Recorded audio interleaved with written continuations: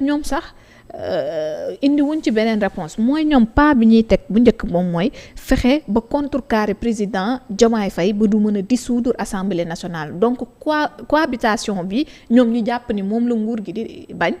ñoom tey ñu saxal ko ci biir assemblée ngir mën a doxal. mais loolu mënul nekk parce que il fait partie des prérogatives du président de pouvoir dissoudre l'assemblée si nekkee blocage am na. On ne peut pas dissoudre l'Assemblée nationale n'importe comment parce que tamit constitution bi tëral na ay yoon mais au-delà de normalement de 24 mois. Si le président voit que entre l'exécutif et le législatif blocage am na. Il doit être dans les prérogatives du président de pouvoir dissoudre l'Assemblée. te loolu ay soubresauts yi nga xam ne opposition bi actuelle moom la ñu nekk rek moo tax ñuy jéem a dugal genre étude de projet plan yooyu. mais je ne pense pas que sénégalais yi dinañ si topp. te bu ñu jéemee dawal seen majorité mécanique pour jéem a dugal projet de loi yooyu je pense que ñun am nañu ay yoon yi nga xam ne ay pexe président mun na fa jaar pour dissoudre assemblée bi. et quel que soit alpha ñun ce que nous attendons. c'est que les sénégalais ont choisi une nouvelle majorité. il va falloir qu'au niveau de l'Assemblée nationale aussi. majorité boobu mu refléter aussi majorité boobu. donc il faut que assemblée bi man lu may ñaan mooy le président su nekkee période bi jot na ñu dissoudre assemblée bi. mooy septembre mais possibilité tëggaat élection yooyu tam dafay poser wu problème parce que ay problème mu koppar ñu ngi koy souligner parce que Sénégal peut-être fi mu toll nii reconstruction la nekk. te gafak ak réew mi tam. li ci ne permettre est-ce que foofu du poser problème. booy gafak ak ñëpp xam nañu en matière de c'est vrai que gafak réew bi vraiment suñu gouvernement bi amul marge de manœuvre yu bëri. dans la simple raison que dégg ngeen temps yi sax demoon nañu lépp presque 750 millions de dollars en eurobond. parce que lan lañu fi fekk dañu fekk déficit budgétaire bu rëy. parce que lan moo indi loolu yëpp encore si mal gouvernance la jógee.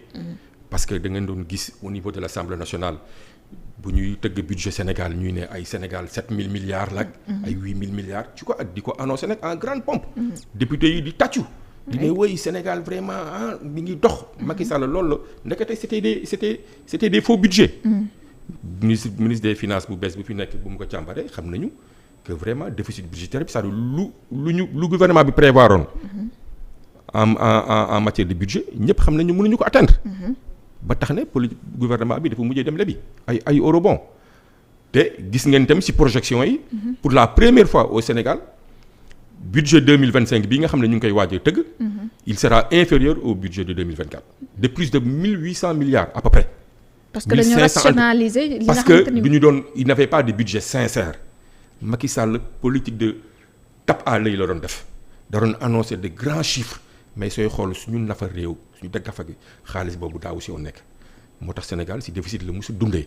te déficit yoo nekk dafay gàllankoor suñu économie donc fondamentaux yi en tout cas ministre des finances bi mu ngi siy liggéey pour ñu revenir à l'orthodoxie budgétaire déjà pour ñu mën a encadrer suñu politique économique donc loolu yëpp en tout cas Assemblée nationale pour organiser ay élections ne dëkk bi amul xaalis noonu je crois que loolu ay waxu kasaw la je crois que on peut trouver quand même quelques 3 milliards ou 4 milliards loolu mënuñu pour organiser ay élections. mais est-ce que du contraire un peu ak li président non mais parce que situation bi parce que nañ ko keroog sax ci wàllum justice ba ñu paree mu ne am na yoo xamante ni pour appliquer bu laajee koppar il faut mu xaar néegandiku. waaw mais yooyu tamit ci urgence lay doon. parce que ku lay wax man mun naa wut ay pexe pour bloquer ces politiques économiques parce que ñoom ñoo nekk assemblée. ñoom ñooy voter budget yi ñooy voter loi yi et gis nga leen. chaque jour il défie ouvertement le gouvernement mais ñooñu mënuñu def ak ñoom gouvernement bi nag sénégalais yi di leen fi teg pour ñu doxal mais su nekkee yow sénégalais yi dafa lay teg pour le doxal ako assemblée yow dafa bëgg a gàllankoor ni ngay doxalee alors que sénégalais yi ñoom du ñu yàkkamti y a énormément d'urgences qui sont là ñun mënuñu seetaan une assemblée nationale bi nga xam ne lu mu fiy def mooy dafay jéem a nësaxal action gouvernement bi mu bañ a yegg. donc loolu mënuñu ko seetaan. donc tout le monde appelle à ce que l'Assemblée nationale vraiment soit dissoute. à ce que de nouvelles élections soient organisées. pour mu am configuration bu bees bi nga xam ne moom la Sénégalais yi bëgg. wone ko ci mois de mars 2024 bi il faut que mu refléter aussi si assemblée bi mën a gunge gouvernement bi mu doxal politique économique. parce que yéen da ngeen jàpp ni maintenir cette assemblée dafay nekk maanaam menace ci gouvernement bi. menace ak yéexal liggéey gouvernement bi surtout. yéexal te ñun bëgguñu ko ñu yéexal. menace la daw effectivement parce que gouvernement bi action yi mu nar a teg bu ko yóbboo assemblée ñoom ñoo am seen majorité mécanique. te ñoom ñëpp xam nañ ñoom ci politicienne la ñu nekk. donc ils sont pas en fait bu ñu wone woon sax bu ñu wone woon ci seen jëfin.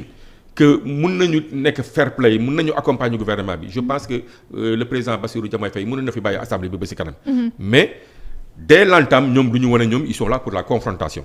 alors la confrontation nag je ne pense pas que gouvernement bi mun na leen permettre vraiment ñuy def lu leen neex di ko tardel liggéeyu du gouvernement de Pastef bi fi nekk. ci justement si waa assemblée.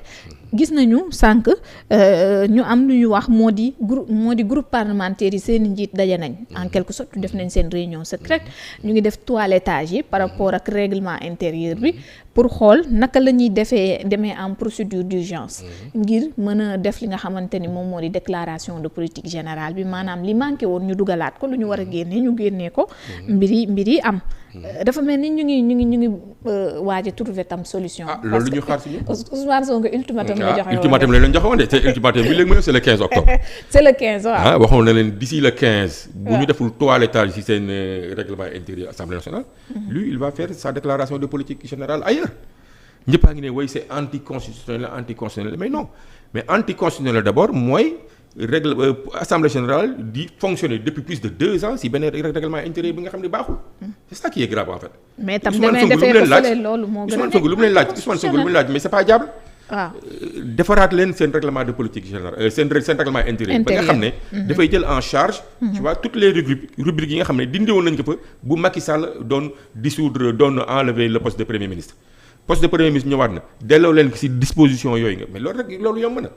mais vraiment kenn xamul ñoom en fait ils veulent faire des polémiques inutiles alors que c'était tellement simple ñu revisiter seen règlement intérieur. delloo ci disposition yi nga xam ne moo concerné le premier ministre Ousmane Sonko ñëw pare na ko ba pare bind na déclaration de politique générale ba pare. moom la nekk di appliquer nii actuellement. waaw nee na pare na. waaw waaye ñoom ci député am nañu jàpp ni moom amul lu mu fa indi noppiwul yorul projet. bon loolu gars yi dañu koy wax rek ba booba nañ ko permettre mu ñëw assemblée nga xool dina leen tëggal vraiment politique bu leer fan la bëgg a jëmee Sénégal. te ba tey jii ñu ngi wax ni Ousmane Sonko day daw déclaration de politique générale bi. parce que ñeme ñu jàkkaarloo ak ces députés là parce que xam na li ko fay xaar. bon loolu à un moment bu dee woon assemblée su ko neexee ñëw su ko neexee du ñëw. ak certaines questions là dinañ ko nag taxaw laaj yooyu moo ko nar Ousmane Sonko bokk na si lu ko gën a xamloo Sénégalais yi ak lu ko Sénégalais yi gën a naw gën a bëgg. taxawaay bu mu amoon assemblée jamono bi mu nekkee député à l'Assemblée nationale. taxawaay bu mucc ayib la vraiment mu doon jël en préoccupation en charge problème mu askani réew bi. di duut baaraam fi nga xam ne foofu la ko naroon def fuy metti si gouvernement bi nga gis à l'époque sama papa le président de l'Assemblée nationale Moustapha Niasse ay lex bi député yi di mer dégg nga mais loolu bokk na si lu gën a forger image am ak lu ko Sénégal yi gën a bëggee taxawaay bu mu amoon assemblée Ousmane Sonko bu demee ba musul bañ dem assemblée nationale musul fa bañ a dem encore une fois lu mu leen wax mooy na assemblée revenir dans la légalité. ñoom ultimatum boobu nee nañ amul droit wax leen ko. si pourquoi pas. parce que du moom moo leen di fixer ultimatum. lii ngeen war a def bu ngeen ko deful d'ailleurs dem defi ko ci biti loolu du déclaration de politique générale peut-être conférence lay doon. mais déclaration bi pour kan la c'est destiné au public. c'est destiné au Sénégal mais constitution bi Dakar daa am lu mu bind. c'est pas destiné exclusivement à l'Assemblée même si ça se fait dans l'enceinte de l'Assemblée nationale mais. public Sénégal bi population Sénégal bi lay waxal parce que lan la leen di expliquer ci déclaration du politique générale bi man maay jëwriñu ministre yi sama politique. dégg nga maam ci 5 premières années ci 5 années yii nga xam ne maa fi nekk wala yii gouvernement bi nekk fii. fii laa koy jaarale nii laa koy defee fii laay jëlee ko pare loolu mooy déclaration du politique générale en fait mais loolu. mais constitution bi dafa tënk ne ci biir constitution bi assemblée ngeen ko. bu koy defee assemblée mais nañu assemblée permettre ñu ñëw defee ko foofu. te loolu c'est tellement simple que assemblée tamit c'est illégal loolu la leen wax. yéen def leen assemblée moo dindi woon disposition yu nekkoon seen règlement intérieur concernant le premier ministre. léegi néew na leen Ousmane Sonko dafa leen ne delloo leen ci disposition yi. parce que actuellement nii assemblée reconnaîtrul seen disposition seen règlement intérieur. reconnaîtrul le poste de premier ministre yow nag ngay mën a dégloo koo xam ne yow tu le reconnais pas mais c'est aussi simple que ça. yow ki ngay woo ne ko yow si sa biir texte yow tu ne le reconnais pas. mais yow mën na la yow dellool sa texte yi li nga xam ne yow am nga droit pour woo ma reconnaître nga ma ñëw loolu rek li leen laaj. mais le fait que polémique bi juddu c'est ça le problème où au moment où cette question pouvait être réglée rapidement. ñu dem mais depuis plus de 2 ans. ay députés ñi ngi attirer seen attention sur le faux règlement intérieur depuis plus de 2 ans ça veut dire loolu ça ne date pas de maintenant. ñoom Guy Marius Sagna dégg nga maam. L'honorable député de Tekki. Lamine Thiam sax monsieur Diallo. yàgg na leen ko wax. Doudou Thiam plusieurs fois wax na leen ko indi dispositions yi mais ñoom ils étaient en train de dormir wala kenn xamul lan si doon jublu donc mënuñu toog nag. Assemblée nationale tamit moomul dëkk bi ñoom aussi ils sont tenus de respecter la loi malgré que c'est des législateurs.